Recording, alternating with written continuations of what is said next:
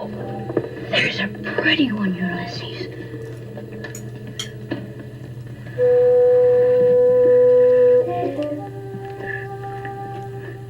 There it is. Hello BookTube, I'm Sean Breeze Books. Welcome back to my channel and another Friday Reads, and I've got lots of news, most of it bookish. In fact, maybe all of it bookish. Let's not talk about tariffs, shall we? Jesus Christ. I've had a great reading week, and I did one really fabulous bookish thing. It was online. The British novelist, the British lesbian novelist, Sarah Waters, was in conversation with BookTube's own Simon Savage as part of the Women's Prize Book Club, which I didn't know existed until I found out about this event. It was a paid event, and I don't think any of you, unless you signed up and bought a ticket to take part remotely, can access it. The reason that I wanted to watch it was because I just recently finished reading her most famous novel, Fingersmith, and in fact the focus of that conversation was on Sarah Waters' novel, Fingersmith, because it's the 20th anniversary of it either being published or winning the Women's Prize. And it was a fabulous conversation. I learned a lot. She talked a lot about Fingersmith, and I'm going to reserve that for the tail end of this Zoom chat that I have with my mystery book buddy reader, the celebrity buddy reader, and that'll be coming to my channel maybe in the next month. But stuff that wasn't specifically about Fingersmith, I want to share with y'all right here. She said something interesting that I'm sure I have heard before, but it hadn't stuck in my brain, and it did when she said it, that houses in her novels, or in many a novel, can kind of stand in for the psyche of the person who lives there, and I thought that was very interesting. And I keep thinking about that. And I'm only familiar with one other of her novels, which I didn't get on with, and I should probably try it again, because I was a bit trigger happy with my bails back in the day. Far less than I am now. I think I only had less than 10 bails in 2024. Let's look that up, shall we? I should have announced that on my besties and worsties. I'm losing my title here. Yeah, in 2024, I bailed on 6 books. Holy smokes. I gotta get my groove back. I did bail on one of hers, and I can't remember what it is. It doesn't matter. But she said that the fiction, she sets most of her fiction back in history, and she said she feels like she has more license to play with history the farther back in history it is. So Fingersmith is set in about 1860, whereas some of her more recent stuff that I'm not familiar with is set in the 1940s, and she says there's readers alive today that know the 40s really well, and so she doesn't feel the same liberty. That was interesting. And that for her, plot comes first. The structure of the novel is set. It's the skeleton of the novel.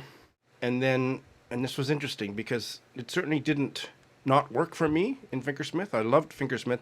But she said then she makes the characters do what she needs them to do to fit that very detailed structure.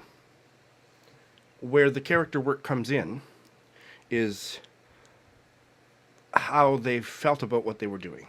And so that's where their characters take shape and become more layered and nuanced. Fascinating. She never rereads her books once they're published. Not at all. At the end, Simon Savage gave her a book during their chat on stage, In Defense of the Act by Essie Black, which I think was on the Women's Prize. I'm vaguely aware of the title. It sounded really interesting. And Sarah herself recommended people check out, and I think this was also on the Women's Prize, maybe Longlist, a certain year, Lives of the Monster Dogs. Yeah, it was on the shortlist in 1998, back when the Women's Prize was called the Orange Prize. And it's about dogs in New York in 2008. Really? Yeah. So no thank you. I'll pass on that myself, but you might enjoy it. She certainly recommended it very highly. She worked for so many years on her most recent book that she said, I will not tell you how many years I worked on it before completely abandoning it. So she's now kind of recovering from that. She didn't use the term abject failure, but that's kind of how she described it, and that she's needing some time to regroup before taking on another project. Somebody recommended The Pretender by Joe Harkin that's coming out soon. I think that's the one that I was interested in. And so I'll put that on the list for you to do some research on yourself. The writer and novel that most inspired her to start to write was Jeanette Winterson, in particular her novel The Passion. The next Women's Prize Book Club is April 26th with Paula Hawkins. I'm going to take a hard pass on that because that's like, my God, I would never be caught dead reading that book in public, whatever it's called. But Simon Savage and his mother will be co-hosting that on-stage interview with Paula Hawkins. So you might be interested in that. So that was really interesting. I also have news about two lovely not previously lovely, but two lovely previous mystery guests on my channel. One is Orla Owen, whose novel, Christ on a Bike, and I have since read that, is on the Dublin Literary Awards long list. So that's amazing. I mean, there's 150 novels on there, but that still, it's a real honor, and she couldn't be happier. So congratulations to Orla. And then Grania Murphy, another Irish writer who's more recently been on my channel. One of her short stories has been nominated for the V.S. Pritchett Short Story Prize, the long list for 2025. And I can't find the story anywhere online. Google doesn't bring it up, so it probably hasn't been published anywhere. It's called Good Woman Yourself. And I'm not familiar with any of the other writers, so I'll put a link to the V.S. Pritchett Short Story Prize. And has anybody out there read anything by V.S. Pritchett? I think I've read one story, which I didn't care for, but apparently he was, in his generation, in his era, the master of the short story. And so I must read more of his stuff. And also, breaking news about Grania's novel, Greener. My mom read it. She said, I want to read that immediately, so I lent her my copy. She finished it, and she absolutely loved it. So, yay! I think that's all my bookish gossip for this week's Friday Reads. So without further ado, I'm really excited for you to meet this week's mystery guest. And this week's mystery guest is the Trinidadian writer Justin Haynes, joining us from Atlanta, Georgia, and his debut novel, Ibis, is coming out February 11th, about 10 days from when this video goes live. Justin, welcome. Thank you so much, Sean. It's great to be here.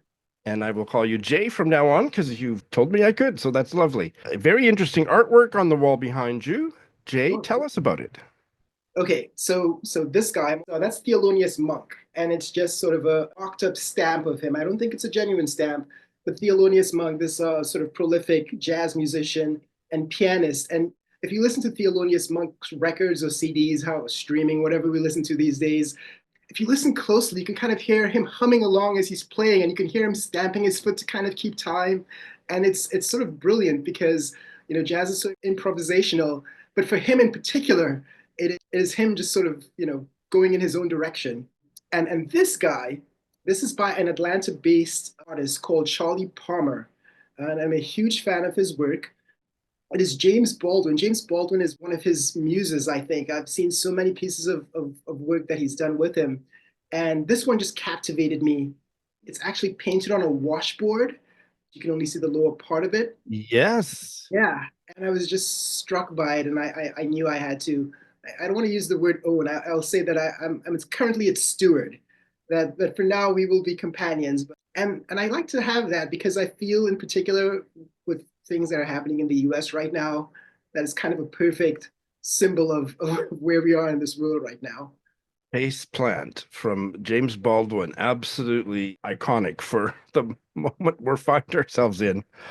Oh, that's incredible. Wow, this novel, Ibis, sounds really, really intriguing. Tell us about it. So it's about a young refugee from Venezuela. Her name is Milagros. And she and her mother, because of difficult times in Caracas, they take a boat along with other sort of intrepid Venezuelans to try to get to Trinidad just to seek a better life. And it's a difficult boat journey. It's only 7 miles away from the closest point, but it's a 5-hour boat journey because, you know, the way that the waves and the channels are, that's the best way to do it. They get there and they're separated. Milagros gets taken in by these sort of eccentric characters at a fishing village. And eventually, you know, we kind of skip forward in time and skip back at certain points. As an adult, she feels this great sort of compelling urge. She has this kind of vision and she wants to reconnect with her mother. She's not quite sure where she is, but she's had this kind of this sense that she's alive and that she's somewhere. So she goes back to Venezuela in search of her. And that's pretty much the broad strokes of it. Well, I'm already sold based on that description. And there is even a fuller description on your webpage, which will be linked in the show notes. It's one of the best synopses I've ever read. I typically don't even like to read the synopsis, but I'm so glad I did because this is a really multi-layered novel. There's a lot Um, happening. And I will say this: my editor, who's fabulous, probably wrote that synopsis. I want to give you a quick anecdote before we move on. She's sort of the truth barometer of the book in terms of this doesn't sound real, this sounds incredulous, I don't think this could happen. But there's one story that's in there that I really felt was important to the story. And you probably know this as erudite as you are, but I figured this out when I was doing research that sand that you find on a beach, it's a finite resource in the world. There's only so much sand. You can't make any more. And sand is tremendously important in sort of making glass and making concrete in sort of structures and foundations. And anyway, to cut a long story short, my sort of research told me that people are now stealing sand. And I read this article that they went to this sort of beautiful beach to steal sand. And they use it for a couple reasons, but I think the reason this one was stolen is because so some new beachfront property was going up, but going up in a place that did not have sort of a beautiful sandy beach for the tourists. So they had stolen the sand and they were going to sort of redirect it to this new beachfront property. And that just sort of blew my mind. And I thought, there's no way I cannot use this. And my editor was like, this sounds ridiculous. And I'm like, I can show you the link. It's a true story. So yeah. that's amazing. I did not know that, so that's fascinating. We talked very briefly a minute ago that we're at a certain moment that feels very new and dark. So your novel about refugees and migration is very timely. What would you like to say about how your novel kind of addresses the current moment? Well, so the thing is, when you're working on a book, I know there's some writers who work really quickly. I work really slowly, and I started this back maybe in 2017 is when I first started this. And there was always problems with refugees, but we're sort of familiar of people on the African continent trying to get to Europe and the Mediterranean, or people from the southern border of the United States trying to, that was part of the current administration, which was the previous administration back then. We're all aware of it, but not much is known about, I guess, refugees just trying to get to a place that's a little bit better than where they are. So Trinidad right now is having, an influx of Venezuelans, and that's great. I think that's anyone should be welcome who's having a difficult time wherever they are. But as you will find in any place, there are people who are welcoming, and then there are people who are not so welcoming. I was living there at the time, and just reading the daily newspapers and these stories and the accounts, I was just gobsmacked by it. So there would be these cases of young women who would be trafficked, and they wouldn't know what situation they would end up in. And every few days, there'd be a news story about these women who were sort of held and released. They were held and being used as slaves, essentially sexual slaves. And the one that really caught my attention is that there was a house that had been made up to look like the exterior of a police station. So that was the camouflage that they were using, and that just sort of triggered something within me that this kind of story needed to be told. So that was kind of the germ of it for you. But it sort of built and sort of accreted. That was kind of the straw, I think, that essentially told me this needs to be written down. This needs to be told. I am in love with the cover. What can you tell us about the cover? The cover is great. So a really quick anecdote about it. I had a few options that was presented to me by my fantastic publishers at Overlook. They said, there's one that we are thinking of. We won't tell you what it is. We just kind of want your genuine sort of take on it. And the one that I loved was the one that they loved as well. So that was very fortuitous. But the one change that I asked them for, and I have a published friend, who said, as long as you don't hate it, you're fine. Don't nitpick about it. Just let them do what they do. Just stay in your lane. They're the artists, visual artists. You're the writer. And I said, no, this is one thing I'm really kind of insistent upon. And it's that there's a little halo behind the bird's head, kind of a little yellow halo. In the first instantiation of it, the halo is actually covering the ibis's face. And I understand, I think I understand what the artist's vision was for that. but I felt it was important for the bird space to be seen. So much of the book, like each chapter of the book, relates to a certain bird that exists within Trinidad or Venezuela. And I thought it was really important for the readers to have that visual before they enter the book. I was today years old, to use a phrase that's far too cool and modern for me, before I knew that there was a bird called the ibis. So I may not be the only one who didn't know about it. What can you tell us about the bird? And So then if you can kind of segue into why it's the title of your novel. absolutely. So, as a former Commonwealth nation and the West Indian Islands, throughout the Caribbean, were most recently, for a lot of them, sort of in possession of the British. And when they gained independence, I think it's 1962 for Trinidad. I think it might have been a few years earlier for Jamaica. Everyone was intent on having their own identity, and they sort of came out with these crests, and they came out with, of course, their national anthems, and they had their national flags. But one thing they really did is that they had national birds as well. So Trinidad actually has two national birds. One is the scarlet ibis, and one is the coquelicot. And the reason they have that is because Trinidad is actually a two-island nation. It's Trinidad and Tobago. So the ibis is for Trinidad, and the coquelicot is for Tobago. That was the thinking behind it. One last thing I will say that I'm sure you also know this is that Trinidad is a big destination for bird watchers around the world, and especially birders who are seeking very rare birds. So because of where it is geographically, there's a tremendous number of birds that can only be found at that location. So that kind of known secret for birders that Trinidad is a place you go to spy these birds that you may not often be able to find in other places. So they go down there to kind of check them off their lists. And anyway, the ibis is probably one of them.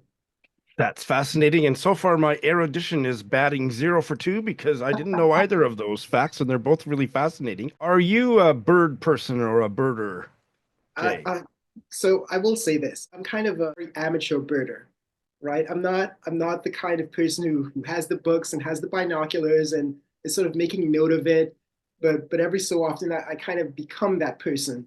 And if I know that certain parks or recreational spots will have a specific bird, I'm like, oh, let me go check to see if I can find that bird. So to that extent, I would say, very much a tyro, very much a novice at it. But I think as I get older, I get more interested in them. So maybe one day I'll become more obsessed. I'm not a birder at all, but again, as I get older, it's almost impossible for me to get any older, but birds are becoming more interesting to me. I just came across an Instagram post last night from a very handsome Irish, I don't know what he is, a wildlife expert or birder or whatever is he is, and it was just like a 2 minute clip from a TV interview where he talked about a bird that migrated to Africa, Senegal, I believe it was for the winter and then came to Ireland in the warmer months. And it was the kind of a bird that mimics other birds. Oh, So he was doing research on all the other birds from Senegal up to Ireland that this bird had parroted, shall we say. Just fascinating. I'll put a link to the actual Instagram post in the show notes because it was just so interesting. And he's not hard on the eyes. And yeah, so birds have been on I've got a bit of a bird brain today. So that's fascinating. before we move on, I'll give you one more anecdote. I also, within the last year or so, and I think this is in Germany, speaking of migrating birds, there are these black ibises, I think, that are in Germany that they're sort of raised in captivity. And then when they're an adult, if someone gets on one of those flying contraptions, like a light airplane, and sort of leads them over the mountains to where they should be as an adult, and they sort of follow in formation. And it was just such a great story. So, I just thought I'd add that. That is absolutely fascinating. And it's obvious to me, I think, at least the easiest part to grasp about why you would have entitled your novel Ibis, when it's a novel very much threaded through with themes of migration. Is there anything more about that you'd like to say about why it's the title? You can just set me off like a wind-up doll. I'll keep talking about it. But the idea of birds and the freedom of their migration, right? That they can just go wherever they want and they have to go. We all know of like Canadian geese. We know about ducks. We sort of hear them at certain seasonal times going where they need to go. And I wanted to sort of deal with that idea of migration is almost a necessity. That people often move because they have to, but we put these really kind of grandiose titles on them depending on what you do. So immigrant has almost become a dirty word. If you're an immigrant of means, you're an expat, you're an expatriate, right? You're not an immigrant. You can just sort of, Hemingway goes to Paris and lives there, and he's the great expatriate writer. But everyone else, there's kind of a grubby feeling to being an immigrant if you're not an immigrant of means. So that's part of what I was sort of thinking of, the movement of birds. Particularly, can we make it into a verb? Grubified in the last week. Ay, ay, ay. What are you working on now, Jay? Keeping my sanity for the most part. Oh, yes, yes. Good luck with that. No, but like you said, we follow each other on Instagram, and one of my most recent posts, I was talking about. I'll just kind of show you. I was talking about I wrote this much last year, and these are very tiny sort of journals that I write in. Oh, those are beautiful. Yeah, there's stickers. This one is of my favorite, of Prince. This It's kind of hard to see, and the reason I do that, I kind of was talking about this on my Instagram, is that my favorite stationery to write on is the backs of receipts, because they're the sort of smallest amount of space that is least intimidating to me, so that I can sort of scribble something down and not feel like there's this huge, A5 page trying to weigh me down with its terror. So that's what I used to write on the backs of receipts, and it's not great for the environment to print paper unnecessarily. So, more and more these receipts, you can email them to yourself if you genuinely want to. And so I moved in that direction, and I decided to find the smallest piece of paper that I can find that I can work on that's most receipt-like. And one last thing I'll tell you, because, like I said, wind me up and I'll go. After Emily Dickinson had died, and her sister, I think Lavinia, sort of found all her journals with all her poems, she was instructed, please destroy all these poems. And of course she did not. But the thing that's great that I loved is that Emily Dickinson would write sort of on the backs of envelopes, on the lips of envelopes, and she would write on like old chocolate wrappers, which is very near and dear to my heart as a chocoholic. And from what I understand, this may be apocryphal, but I'd love to believe it. She would kind of roll them up into tiny scrolls and put them like in knot holes in the wooden flooring of her house. So, they were poems sort of kind of holding up her house. And I just, that was always one of my favorite little Dickensian, Dickinsonian anecdotes. That's an incredible anecdote. And so is that where you're keeping your drafts at the moment? No, no, I'm not. I don't think I'm quite at Miss Dickinson status. No, I just have. I'm lucky. I keep them. I am sort of the absent-minded professor. That is real. That is not a stereotype. So I always, when I'm done writing longhand, I'm like, make sure you put it in your desk drawer. So when you go back to the desk drawer, you know where it'll be. That's the one thing I'm sort of very, very careful about, because I will lose my watch, I will lose my keys, I will lose my head if it weren't attached. But I want to make sure I don't lose my writing. It's important. That's great. And you have so far not told us anything. What you have told us in answer to my question has been absolutely fascinating, but nothing particularly about a literary project. Is that on purpose? No, I'm not. I'm not trying to evade the topic. No, no. And I'm not one of those writers who's like, oh, I can't talk about the new project. Don't want to jinx it. I don't have anything that's sticking right now. So all my ideas, I'm not such a big plotter where I'm like, oh, I know what's going to happen on page 372. I'm very much a kind of figure things out. I think E.L. Doctorow said, it's like driving at a foggy night with your headlamps on, and you can only see as far ahead as the headlights will let you go. He used that for a certain kind of writer, and that's kind of who I am. I can get there. I'll eventually get there, but I have to go very slowly with the headlamps on and trying to make my way through the dark and the fog. So I have some ideas that I've been working on. Nothing is sort of coming out to me as a longer project. So there are these very kind of short stories. I think Ibis is still sort of in my head. And now that I'm talking to people about it more and more, it's difficult for me to kind of get some distance from it to try to write about other things. So yeah, and this is a really exciting time. Your debut novel is about to be launched, and you're going to be very busy with book tours or book launches or whatever. And it's a very exciting time to just kind of revel in all that. Fingers crossed. I do have kind of a weekly meeting with members from the publishers, and they're like, hey, would you like to do this? Would you like to do that?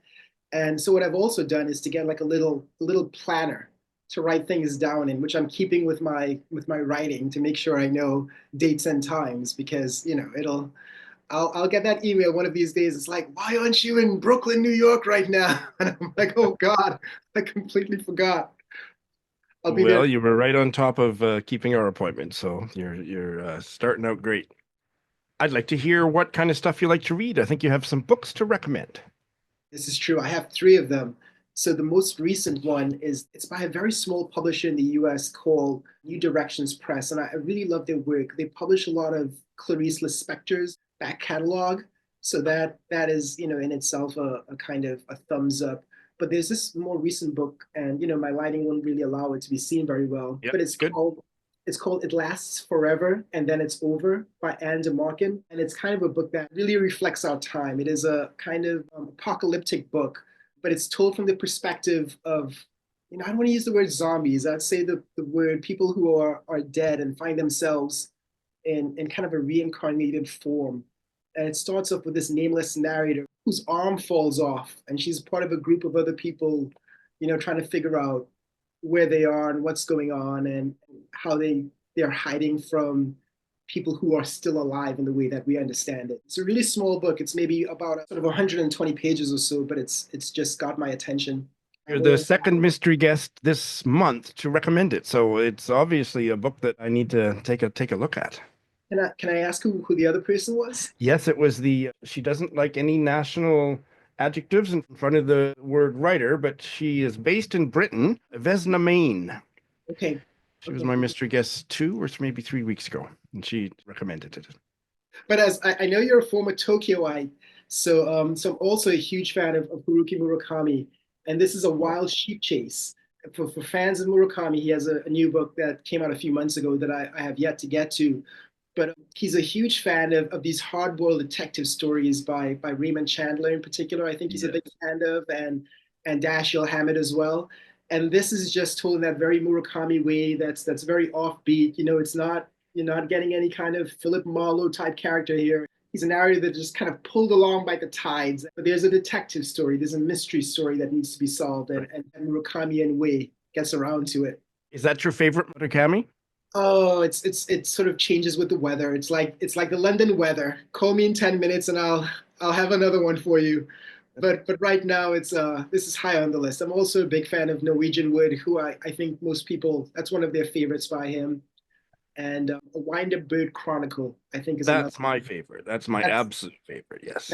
That's on there. Catch me on a get Different me this day, and yeah. afternoon. Yeah, and I'll be like, it's obviously A Wind-Up Bird Chronicle. The last one that I'm kind of getting back to, and I've read this a couple of times already. This is probably one of the best American writers, U.S. American writers working right now. This is Colson Whitehead's The Nickel Boys, and it's recently been made into a film, kind of a small and acclaimed film that I need to get to theaters to see before it goes away.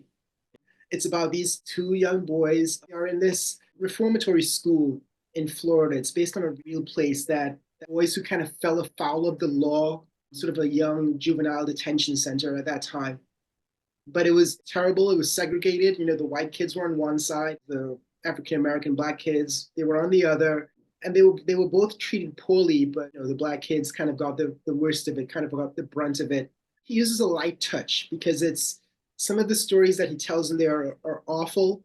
He kind of allows your imagination to take you over the line. He gives you the broad strokes of the terrible things that are happening. That's the other one that's kind of has me in its grasp right now. Those are great choices. I'm going to ask you 2 more questions about you as a reader before we close. I'm going to put you on the spot. Favorite work by James Baldwin?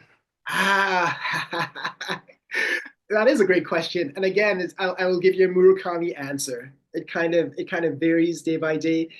The Fire Next Time, though, in terms of his nonfiction, that's the one that I kind of go back to. And it's also very slim, and it has this wide-reaching effect. You probably know Ta-Nehisi Coates' first book, sort of based on that, because Baldwin sort of writing to his nephew about his own personal worth in a nation that doesn't quite appreciate him for who he is. And Coates used that same kind of template for his book, which is also amazingly written and really, really well acclaimed. The reason I like it is because I can't just sort of find a place in a novel and start reading. I have to read it from the beginning to end.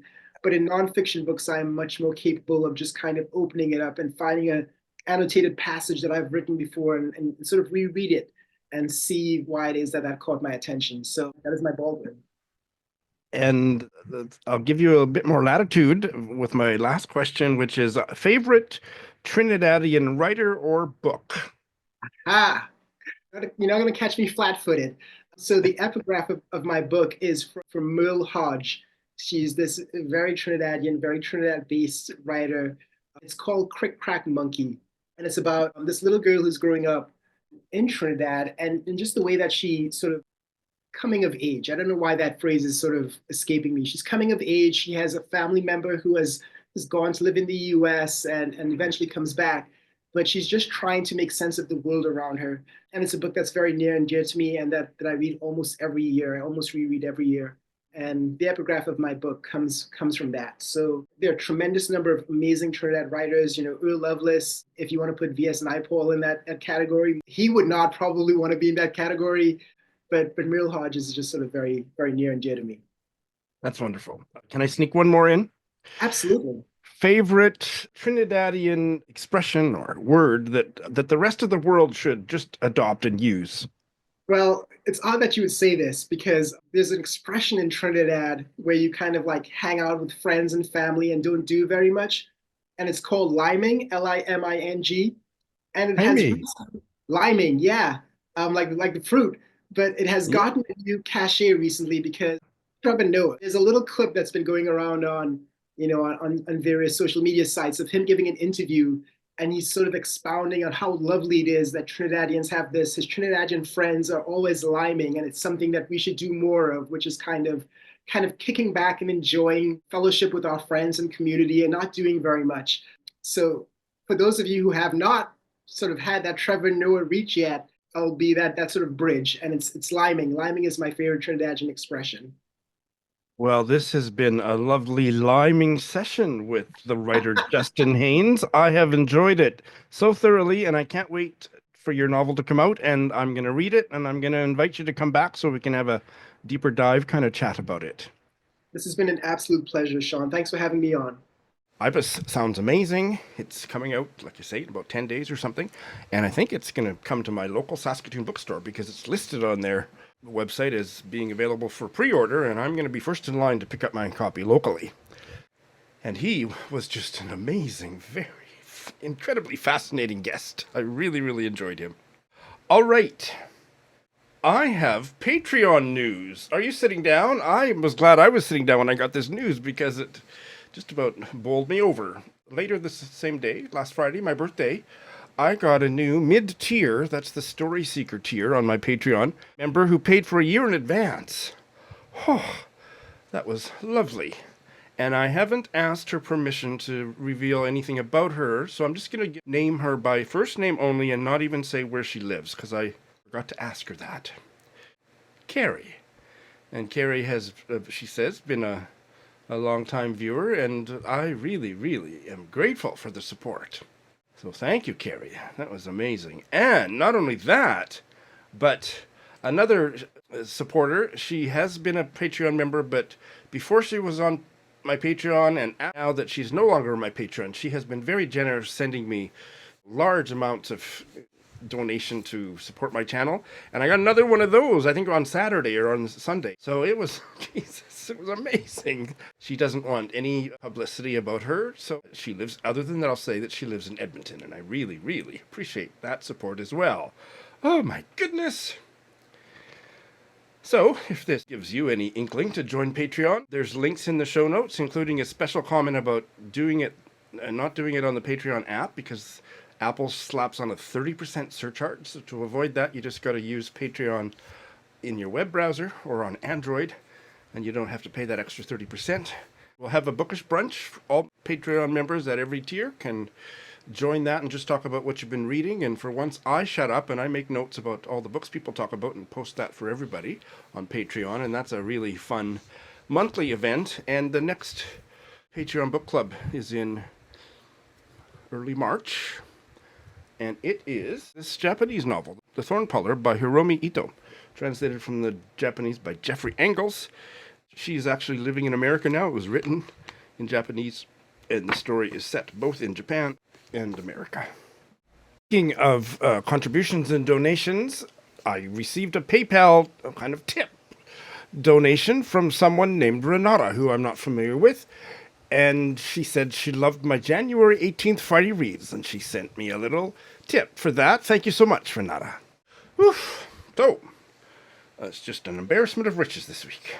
And I did get one video that has been one of the farthest back videos that I finally got to editing and posting, and what a delight to relive all that conversation. That was Christy Jordan Fenton, a Canadian writer based in British Columbia.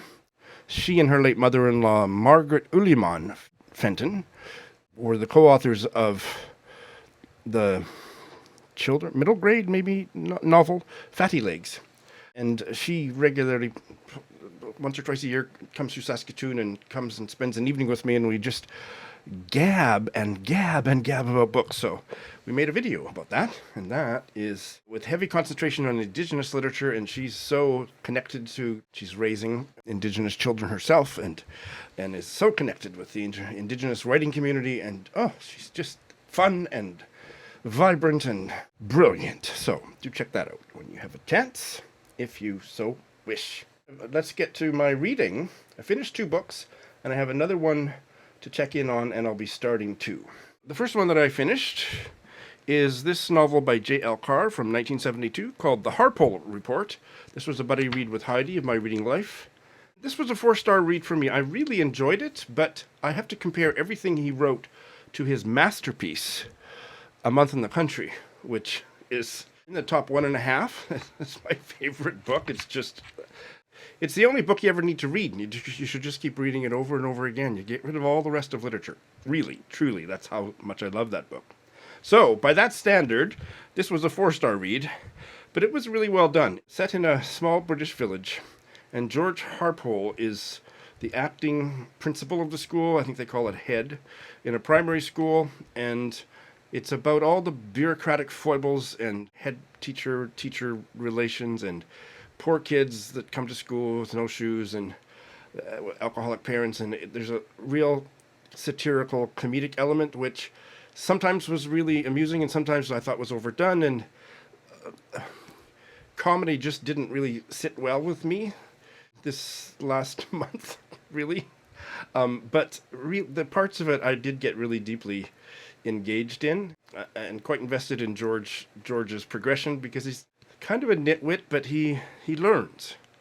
And he's just filling in for an old guy that's gone off on leave, and I think he had been a teacher at the school before that, but he's been promoted temporarily, and he does kind of start to make connections and become a better teacher and social worker in the town, which is half of a teacher's job, I guess. I enjoyed it. I think if you really, really love comedic fiction, you'd probably love it more, because it's certainly well done. And J.L. Carr himself taught, and so it's based on his own experience. It's really clever.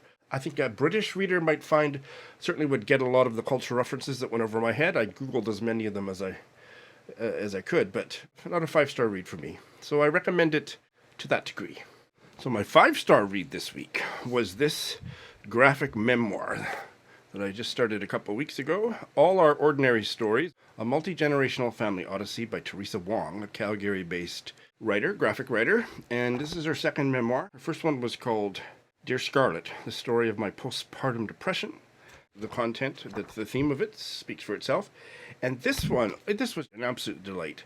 It's interesting that this is the second graphic work that I've read that has been about Asian Canadian or Asian American experience going back into China, and this I talked quite a bit about it. Was it last week, maybe the week before? I'm not sure what else I have to say. It was just so well done from beginning to end. The artwork is very simplistic. I don't think I'm going to be able to get that in focus, and I had to get used to that. I did, and appreciated it very much by the end.